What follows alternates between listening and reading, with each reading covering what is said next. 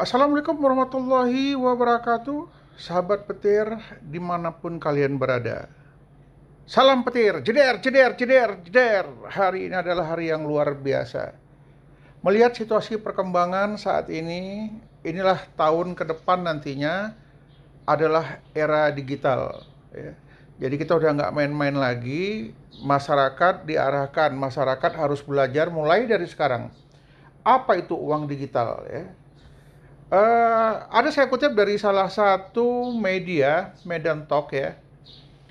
Sri Mulyani mengatakan bahwasanya posisi teller bakal punah. Khawatir banyak orang kesepian di tahun 2045. Memang kayaknya masih panjang lagi, tapi prediksinya sudah dibuat dari sekarang. Dan ini mulai kenyataan. Semakin hari, semakin banyak orang menggunakan uang digital. Tidak lagi menggunakan uang kertas atau sejenisnya. Ini dikatakan oleh Sri Mulyani. Dan Sri Mulyani mengatakan cryptocurrency saat ini sudah merajai dunia. Ya. Posisi teller bank bakal hilang atau tergantikan dengan teknologi di era digitalisasi. Perlahan-lahan fenomenal ini akan terjadi dalam waktu yang dekat. Bahkan dalam data OJK saja dari tahun 2017 sampai Agustus 2021 terdapat lebih kurang 2.593 kantor cabang bank sudah tutup imbasnya akibat digitalisasi. Saat ini sektor keuangan termasuk perbankan juga menjadi salah satu sektor yang mengalami transformasi bisnis teknologi digital. Menteri Keuangan Sri Mulyani Indrawati mengatakan, fenomena perkembangan digital yang pesat tidak bisa dianggap main-main lagi. Kenapa demikian? Karena mau tidak mau, ya, apapun ceritanya, ke depan bank sudah menggunakan digital. Karena lebih simpel, lebih mudah, tidak ada lagi orang-orang yang mengantri nantinya di bank. Sri Mulyani melihat teknologi digital akan growing luar biasa karena generasi muda terbiasa hidup dengan digital. Jadi buat generasi muda, mereka pergi ke bank tidak lagi bertemu langsung dengan teller.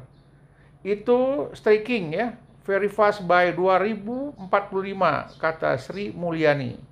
Dalam acara Indonesia Fintech Summit 2021 secara virtual. Sri Mulyani mengatakan bahwa fenomena ini sudah terjadi di awal wilayah Eropa. Bahkan jika orang-orang ingin dilayani, mereka harus membayar lebih mahal, bahkan sangat mahal. Kenapa? Dilayani secara khusus dengan teller. Jadi kalau mau yang simpel-simpel aja, ya gunakanlah digital, kata Sri Mulyani. Perkembangan teknologi digital yang pesat ini akan menjadi ancaman bagi pihak-pihak yang tidak melek teknologi. Ingat, bagi orang-orang yang gagal teknologi, orang-orang yang tidak melek terhadap teknologi, maka dia akan tertinggal dan tertindas. Dikalahkan dengan anak-anak milenial saat ini. Jadi mau nggak mau, kita juga harus mulai belajar bagaimana uang digital tersebut. Maka dari itu, Sri Mulyani mengatakan pemerintah dan industri terus menyiapkan kecepatan teknologi digital ke depan. Digital itu banyak manfaatnya, cepat, hemat, dan aman. Jadi segala sesuatunya jadi mudah. Lagi ngantri-ngantri di teller terlalu rumit, ya, repot, banyak hal yang mereka harus lakukan.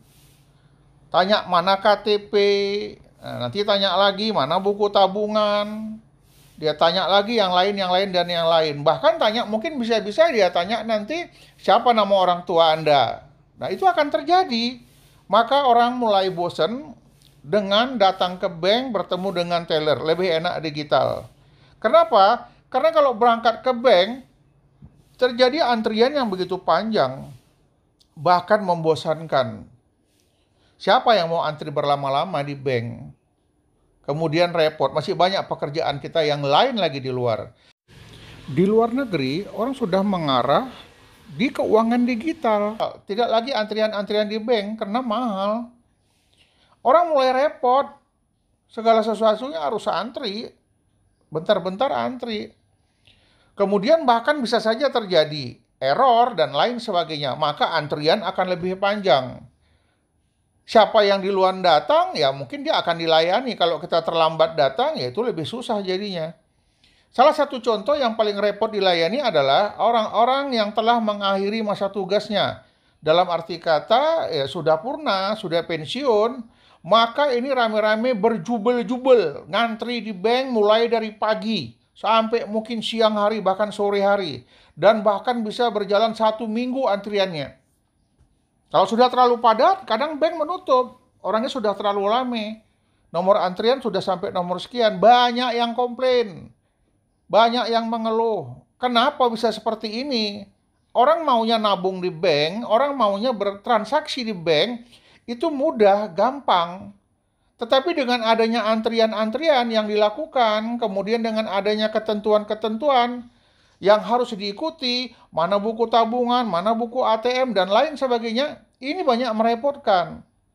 Dengan merepotkan nasabah, akhirnya banyak nasabah yang komplain. Ya, ada nasabah yang sudah membawa ATM-nya, membawa KTP-nya, masih ditanya lagi yang lain-lain, mana buku tabungan gitu.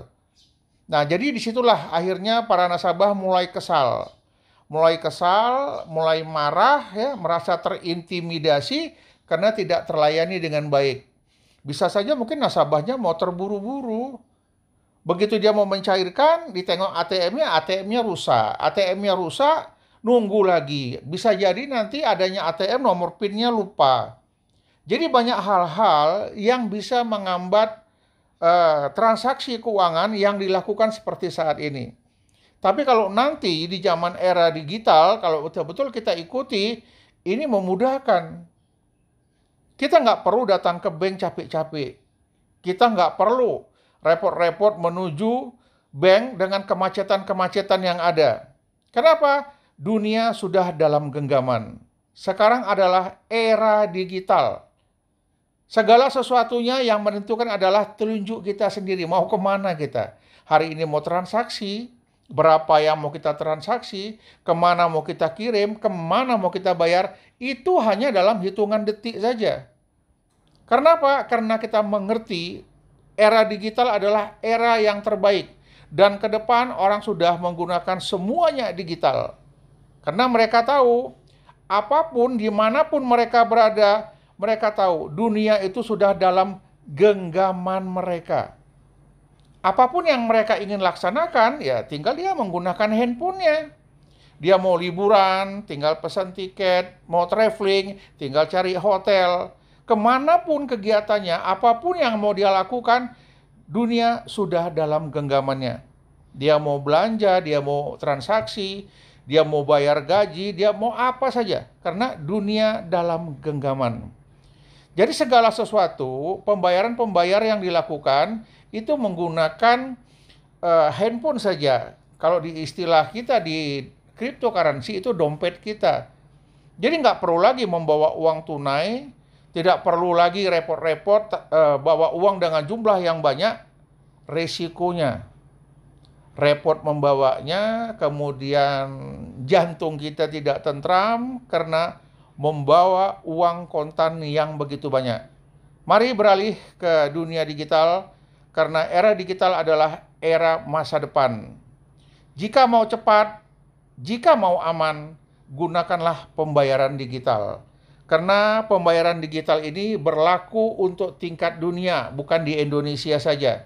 Jadi tidak salah kita bagi masyarakat Indonesia mulai sekarang, mulailah belajar, mulailah beralih ke digital. Jangan sampai kita gagal teknologi. Saya yakin dan percaya kepada kita semua, kita akan mampu melakukan itu. Para sahabat petir dimanapun berada, saya cuma ingin mengingatkan, sejarah akan terulang kembali. Sama-sama kita ketahui, ya, orang yang pertama menggunakan cryptocurrency digital itu adalah Bitcoin. Bitcoin adalah pelopor keuangan digital. Bitcoin dulunya sama seperti kita sekarang ini, Bitnetwork. Ya. Kenapa? Awal mulanya semuanya serba gratis. Banyak yang menganggap remeh, banyak yang mengatakan halu, dan banyak yang gak menganggap bahwasanya uang digital itu adalah yang terbaik. Tapi dalam kenyataannya dibuktikan, Bitcoin mampu mengendalikan dunia kripto.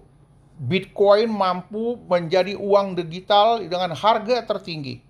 Itu pada masa lalu yang dulunya gratis dan akhirnya memiliki harga yang luar biasa. Kemudian di tahun 2015 terjadi perubahan lagi. Munculnya uang digital yang baru, yaitu Ethereum. Hal ini dikatakan sama, halu, dan lain sebagainya. Ternyata sangat bermanfaat dan dibuktikan Ethereum itu mempunyai nilai. Demikian juga saat sekarang ini, orang menganggap remeh dengan PI Network, halu, bohong, dan lain sebagainya. Saya ingin mengingatkan semua sahabat petir dimanapun berada. Yang pertama, saya berharap kita sehat-sehat semua.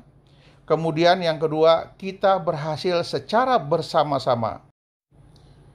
Dan yang ketiga, saya ingin mengingatkan kepada sahabat petir semua, jangan lupa, kita harus bersabar. Jangan lupa, kita harus tetap mengklik petir sesuai jadwal yang telah ditentukan.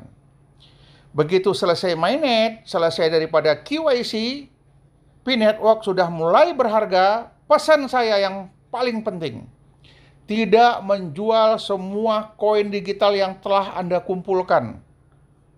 Tahan. Buat deposito, ke depan harganya akan jauh lebih tinggi. Demikian sahabat petir sekalian, semoga kita berhasil secara bersama-sama. Assalamualaikum warahmatullahi wabarakatuh. Salam sukses.